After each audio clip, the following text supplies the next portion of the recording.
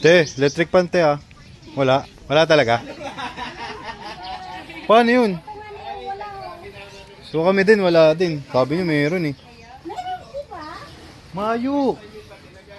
Wala talaga te. Promise, tingnan mo sa loob. Wala. Mayo. Wala te. So makabili. Sayang kang points. May points. Nakatog. May mga habol ni Buboy points.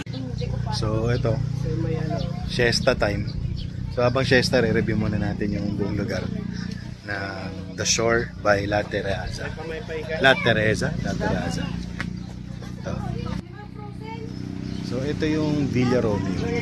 Basically, isang kwarto, isang kama, good for I think one family. Meron yung taas, pwesto yan sa taas, open. Pero problema, mamaya sabihin ko sa inyo.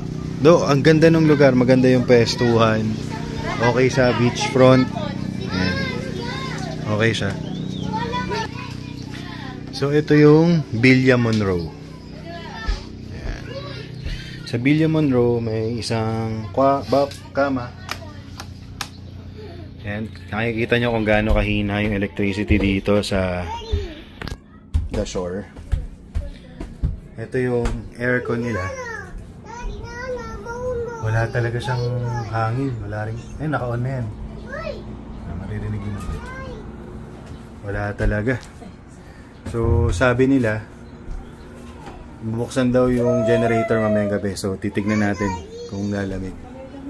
So, meron din silang provided na kutsyon dito sa Villa Monroe. May hagdanan sa taas sa attic. Ito yung CR. Yan. Malinis yung CR. Okay yung CR. The problem is water supply. Wala talaga. As in wala. Flash, wala. Bidet, walang tubig. Dito, wala. So, kailangan magtipid ng tubig, panligo. Kaya meron silang ganyan. Iniigiban nila kami para bigyan kami ng supply ng tubig. So, pakita ko sa inyo yung taas.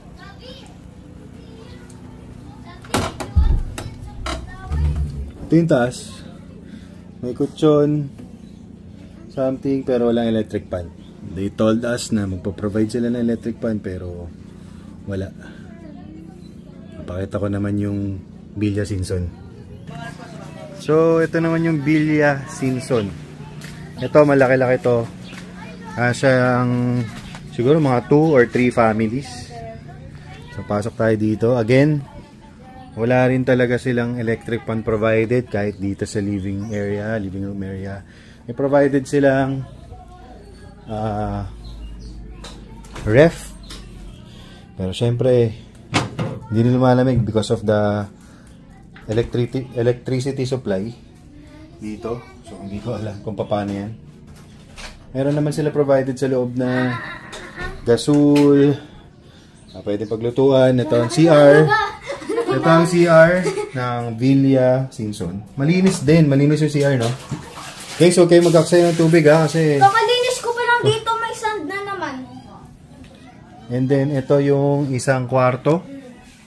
As you can see, again, kailan talaga, wala talaga siya. Nakahay na to lahat. So, ayan. Wala talaga. Sobrang hina. Ayan. Ito yung pangalawang kwarto. Tao po. Ay, ako. Ayan. So, ito yung pangalawang kwarto. Andito si Dan. Tutulog. Okay yung aircon? Hindi. Walang aircon. Walang aircon. Mahina talaga. Electric fan is good. Ito na yung sinasabi nilang violet na electric fan na kanina pa namin hihingi, ngayon lang nadala. Buti malakas-lakas ang kahit paano nito. Ito electric fan. Mahina din. So, mahina din yung electric fan. Kasi nga mahina electricity. Aircon nakabukas yan pero wala. Ayan. Tapos punta tayo dito sa attic or second floor. So ito yung second floor. Ayan. may higaan. Latag lang sila ng kung ano-ano na pwedeng higaan.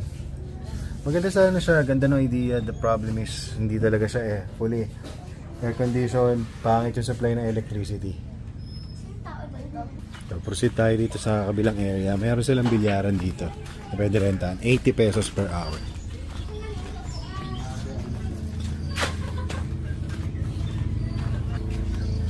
So dito may mga kwarto pa din. Villa Alejandria, Villa Macaria, saka Villa Florentina. But I'm really not sure kung mayroong tao dito. Mukhang walang nakarent. Parang kasalap lumipat. So mas okay dito, mas open, saka mas mahangin. Anyway, lang may mga nakauna na sa amin. Mahina din yung aircon, sir. Sobrang hina, wala.